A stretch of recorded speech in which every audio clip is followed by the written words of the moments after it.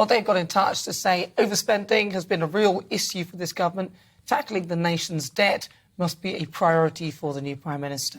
Yes, well, what impact will this have on future generations? Should the government act now or just let it snowball? Is there a middle, in-between kind of policy that they can find there? By joining us now is Economist Jonathan Davis. Thanks for coming on, Jonathan. This has been a key point of contention, hasn't it, between these two Tory leadership hopefuls. In your view, who has the sounder policy on how to deal with debt? Neither of them. They both want as much debt as possible. They are politicians. For the last 30 years, so that's all forms of politicians, for want of a better phrase, state debt, corporate debt, household debt has absolutely exploded. And the only reason why, since the Conservatives have been in charge for the last 12 years, the only reason why they've been able to keep the plate spinning is because, of course, the cost of borrowing, because the government pays interest on debt as well, has been kept at practically 0% for over the last decade. Well, now that we are in an era of high and rising inflation, interest rates, of course, have been rising for the last 6 or 12 months. And government now has to pay some 2% per annum to service the debt, to pay the interest, just like we all pay interest on our debts. Thus, the cost of borrowing has absolutely exploded, and that is materially affecting government finances.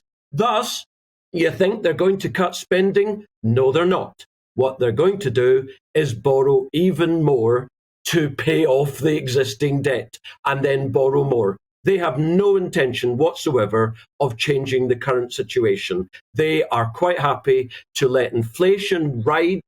They want inflation because that's going to inflate away the debt and impoverish the bottom 90%.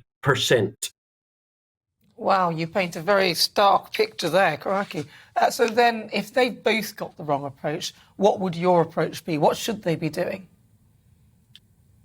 Well, they should be slashing spending. Everybody knows that bureaucracy has run riot in this country over the last generation. Look at the quangos. Look at the National Health Service. 1.4 million people work in health care in the UK. Only a half of them are medical professionals, for goodness sake. The fact is, the politicians have been, I've been writing about this for years, they have wanted inflation to happen. Inflation doesn't happen by magic. It happens by design. They stopped the oil and gas companies from finding and producing oil and gas. Thus, we've seen, for example, this year, home energy costs up 50% a year. The cost of fuel at the pump has gone from £1 a litre a couple of years ago to £2 a litre. Now, I don't know about you, but I don't know many people who've seen their earnings increase by the 20, 30, 40% that the cost of living has gone up. Well, so Jonathan, the politicians... Jonathan, No, I must make this point. Go on then, make it. The politicians need to slash spending. They need to cut it by a third.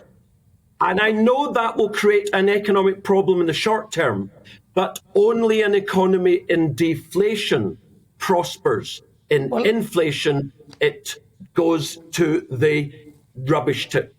Well, there's a nice little ending there, Jonathan. Well, listen, Jonathan, but I think you're slightly wrong, because Liz Truss, there was a document that was leaked that apparently she does plan to, and it did say that she was urging Dominic Cummings to scrap hundreds of woke civil service posts. She also called on getting rid of all those extra jobs. She's, so one of them is talking about reducing the bureaucracy and cutting down the red tape.